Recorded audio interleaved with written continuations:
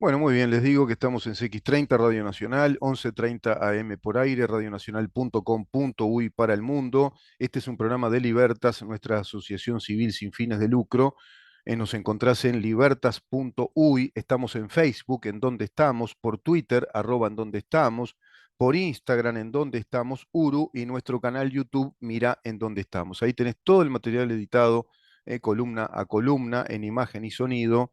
Cada uno de esos videos tienen su contenido propio, su sustancia y sus columnistas, inclusive nuestros, digamos, participantes, colaboradores de altísimo prestigio, afortunadamente. Bueno, contamos con todos ellos, así como también las columnas que yo desarrollo en estos temas, dándome a ciertos análisis, a ciertas disquisiciones, si vos querés, y en algunos casos logro establecer algún modelo editorial. Pero en este caso estoy analizando cómo funciona el Estado uruguayo y en el marco internacional del funcionamiento de los estados y la, digamos, política ya como una negociación, la política como un negocio, la política como un negocio de profesionales. Dice Rusconi, por ejemplo, que los autores que presentan esta teoría muy descriptible y muy constatable en los hechos, y que incluso nos tiene digamos, que llevar a esta pregunta, eh, ¿se corresponde con los principios éticos y políticos de un modelo liberal, democrático, del modelo de Estado democrático representativo, por ejemplo? Y parecería que no. Podemos preguntarnos si situaciones de esta clase, perfectamente, como les decía, descriptibles, que tienen variantes, y esas variantes, ¿cuáles son? Bueno, este tipo de relaciones, sean trilaterales o bilaterales, establecen variables como compromisos, tradiciones, se van sentando precedentes, se va dando una tradición de negociaciones, de compromisos, de rupturas, de conflictos en esas relaciones, como pasa en cualquier actividad humana. Y se presentan, digamos, en todas las formas de la convivencia social. Se van a irradiar como un modelo que el Estado inspira en todas las formas de las organizaciones sociales y políticas. Por lo tanto, merecen ser estos fenómenos muy atendidos, muy estudiados, como para inclusive, bueno, elaborar algún análisis o una teoría crítica de si acaso sigue siendo sustentable este modelo que en teoría es la democracia republicana representativa liberal, porque es evidente que está siendo avasallada, pero durante más de 50 años, fácilmente, inclusive más. En el curso del siglo XX fue muy accidental durante todo el siglo XX. La aplicación en puridad de un modelo democrático liberal, representativo, con la ética de la República, etcétera.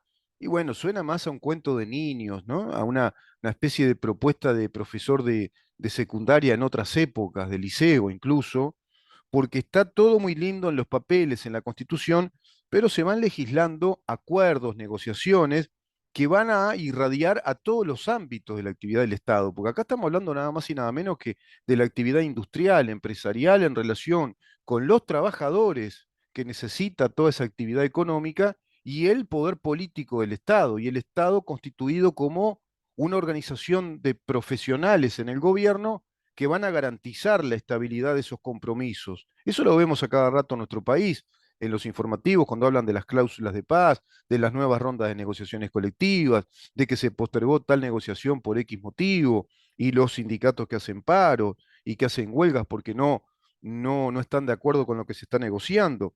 Bueno, esto lo plantean autores como Schumpeter, en su libro, por ejemplo, Capitalismo, Socialismo y Democracia, y llega a manifestar que el método democrático es el instrumento institucional para alcanzar decisiones políticas, ¿m? Conforme al cual unos individuos obtienen el poder a decidir, ¿m? Obtienen el poder a decidir a través de una competencia que tiene como objeto el voto popular, ¿no? El gran mercado o el mercadeo es la propuesta electoral y conseguir cantidad de votos para llegar a ese poder, y el poder es el poder de decisión, el poder de decidir, de tomar decisiones, el poder que incluso da el Estado con los privilegios que el Estado da, en tanto los, digamos, importantes salarios a funcionarios públicos de estirpe política, de procedencia política, a cargos políticos, sean ministerios, ¿no? Ministros, secretarios de ministros, ni que hablar presidente, vicepresidente, senadores, diputados, secretarios de diputados, de senadores,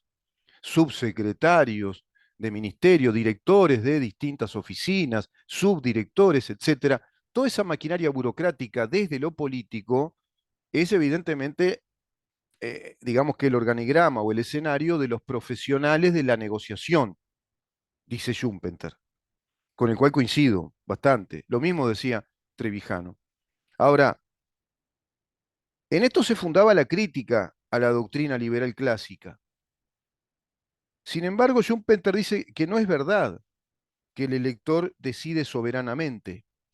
Es decir, lo que plantea la doctrina liberal clásica no se cumple. El elector no elige soberanamente, el cuerpo electoral no es tan soberano como suponemos o podemos sostener desde los preceptos constitucionales o lo que la Constitución dice y vagamente en una disposición general. Porque en definitiva el cuerpo electoral se limita a elegir y elegir a quienes por él van a tomar decisiones. Va a elegir partidos políticos o a coaliciones y a los profesionales de la política que son los que van a dar la respuesta a ese electorado respecto a esas negociaciones. El electorado no incide en esta estructura del poder que es precisamente la estructura de las negociaciones. Acá es, me parece, un gran tema para debatir en una sociedad madura, en una sociedad que pretenda otra cosa, que pretenda un verdadero modelo de desarrollo y una profundización de la democracia, o si se quiere, una reactualización y una aplicación real de los principios éticos de una democracia liberal, se tendría que discutir fuertemente todo esto que ya incluso la propia OIT le discute a Uruguay, siendo la OIT una organización de estirpe izquierdista, de procedencia de izquierda. Y veamos este aspecto que después lo voy a analizar con más profundidad porque no nos da el tiempo, pero veamos lo terrible que se da en estas negociaciones y las desfinanciaciones, las pérdidas de dinero en este marco tan cerrado, corporativo, de negociaciones que se reglamentan, dándole tanto poder a los sindicatos, porque en nuestro país se da la particularidad de que la organización sindical, con este poder negociador, que es un poder político, de incidencia, de fuerte incidencia en lo económico, en lo social e inclusive en lo políticamente cultural, son sindicatos del Partido Comunista. Uruguay decidió instalar un sistema tripartito, trilateral de negociadores profesionales con el Partido Comunista. Ese es el modelo que tiene Uruguay. Por ende, es más grave, se profundiza la gravedad del corporativismo que pervierte o desconoce abiertamente los principios liberales de una sociedad abierta, decisora, que tenga en el ámbito económico y laboral libertad de las relaciones, libertades en las relaciones laborales, libertades y libre voluntad en las negociaciones entre trabajadores y empresas, que las negociaciones sean bilaterales y obedezcan a sindicatos por empresa, empresa y sindicato, y que esas negociaciones sean colectivas en el ámbito de esa empresa, cambiaría sustancialmente el modelo económico, la cultura social de las relaciones, las tradiciones, las precedencias, los antecedentes, como para configurar una mentalidad colectiva de mayor unidad y mayor pretensión democrática en cuanto a desarrollo económico y necesidad de formación de mano de obra capacitada para una industria que Uruguay necesite hacer crecer con valores agregados. Vamos a ir de a poco, es un tema, sé que complejo, pero es el gran tema que Uruguay tiene en el debe. Acá hay una noticia publicada en El Salvador que nos dice, cada día sin producir, porque hay un conflicto entre FANCAP, precisamente el sindicato de ANCAP, esa empresa monopólica del Estado, monopolio creado por ley desde la fuerza del Estado, el monopolio de nuestros combustibles, el monopolio del gas, el monopolio de la distribución, es monopólica, afectando severamente, drásticamente lo que pueda ser la dinámica y las leyes de la economía del mercado, de la economía de un mercado libre, de la economía capitalista, que es la que permite el crecimiento, la movilidad, la dinámica, la creatividad, la innovación, bueno, estamos severamente afectados precisamente por esta estructura corporativista de negociadores entre sindicatos y gobierno, en este caso en el ámbito público. Hay un conflicto, nuevamente. Claro, se está negociando con sindicatos comunistas, se está negociando con el Partido Comunista, que partido al cual no le importa nada el funcionamiento de la economía del país, no le importa el desarrollo del capital, no le interesa el desarrollo capitalista, sino que le interesa negociar su discurso, su relato, su propaganda para instalarse en el poder político de decisión, en el poder sindical de decisión en las negociaciones y en el poder económico, siendo el concentrador de riquezas, el propio Partido Comunista, prebendando a sus cuadros militantes. Cada día sin producir, porque ANCAP necesita reformar profundamente la refinería, que es la refinería, por ejemplo, del Portland. Se está dando el peor escenario que se proyecta y que proyecta ANCAP. La refinería va a llevar 500 días de reparaciones, va a estar 500 días parada y va a tener pérdidas que pueden llegar a los 500 millones de dólares. Cada día sin producir insumirá unos 800.000, Stepanisic decía 900.000, escuché ayer, dólares de pérdidas por lucro cesante. FANCAP exige que se deje sin efecto la asociación integral en la industria del Portland. Lejos de apaciguarse, el conflicto sindical en ANCAP sigue levantando temperatura. La incorporación de uno o más socios al negocio del Portland es hoy el foco central de las diferencias. Claro, no le toques al Partido Comunista su eje de influencia, no le traigas ningún socio porque se ponen de punta, hacen esto, paralizan todo, dejan de negociar. ¿Qué plantean CAP? Que para ir rápido en la construcción, es decir, en la reformulación, la reconstrucción, la adecuación de la refinería de La Teja, hay que trabajar de lunes a lunes y 24 horas. Por lo tanto, hay que traer socios, hay que traer nuevos trabajadores y empresas que brinden esos servicios. No, los integrantes de FANCAP dicen, no, no, somos nosotros los únicos empleados públicos que de acuerdo al marco de las negociaciones colectivas, de acuerdo al marco normativo de esa ley y lo que negociamos, no corresponde que venga nadie.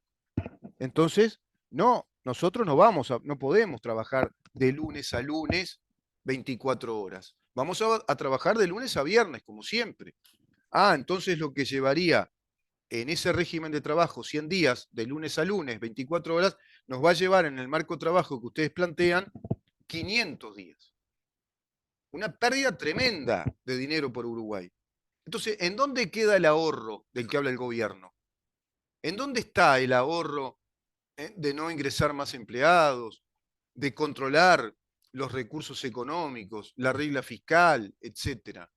Si de pronto se desbarranca, se va por acá, por este desagotadero, este drenaje, simplemente a través de un conflicto, y se genera entonces una pérdida que puede ser en principio de 500 millones de dólares, pero quizá esos 500 días pasen a ser 600 días.